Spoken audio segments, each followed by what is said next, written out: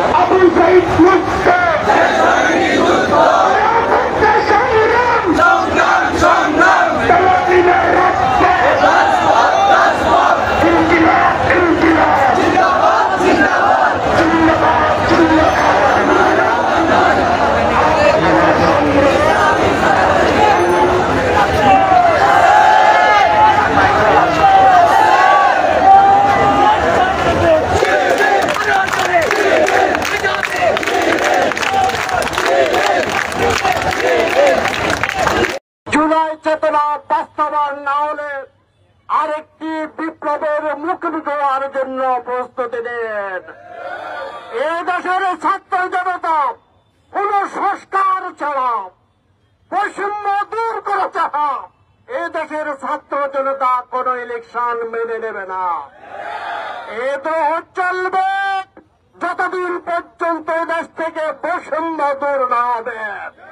এ তো চলবে যতদিন পর্যন্ত সংস্কার বাস্তবায়ন না হবে। এ তো চলবে যতদিন পর্যন্ত খুনিদের বিচার না হবে। এ তো চলবে যতদিন পর্যন্ত একটি কল্যাণকর রাষ্ট্র প্রতিষ্ঠা না হবে। ইসলামী ছাত্র শিবির জুলাই আন্দোলনে সকল ছাত্র জনতার সাথে ঐক্যবদ্ধ হয়ে বেশিরভাগ সরকারকে এ দেশ থেকে তাড়িয়ে দিতে সক্ষম হয়েছে। সংগ্রামী উপস্থিতি, আপনারা জানেন ইসলামী ছাত্র শিবির যে আদর্শ লালন করে সেই আদর্শ নিয়ে ইসলামী ছাত্র শিবির কাজ করে যাচ্ছে।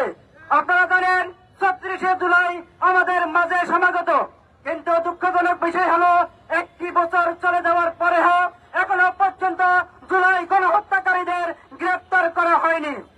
গ্রেপ্তার তো করা হয়নি, তাদের বিচারের কোন বন্দোবস্ত পর্যন্ত এখনো পর্যন্ত আমরা দেখতে পাচ্ছি না। আমরা আরো বলতে চাই, আজকে ইসলামী ছাত্র শিবির সারা বাংলাদেশের ছাত্র জনতাকে নিয়ে আগামীর আন্দোলনে গড়ে তোলার জন্য আগামীতে যেন এই জুলাই আন্দোলনের বিচার যেন যথাযথভাবে হয় সেজন্য আপনাদের জনসমর্থন সহকারে সকলের সহযোগিতা কামনা করছি।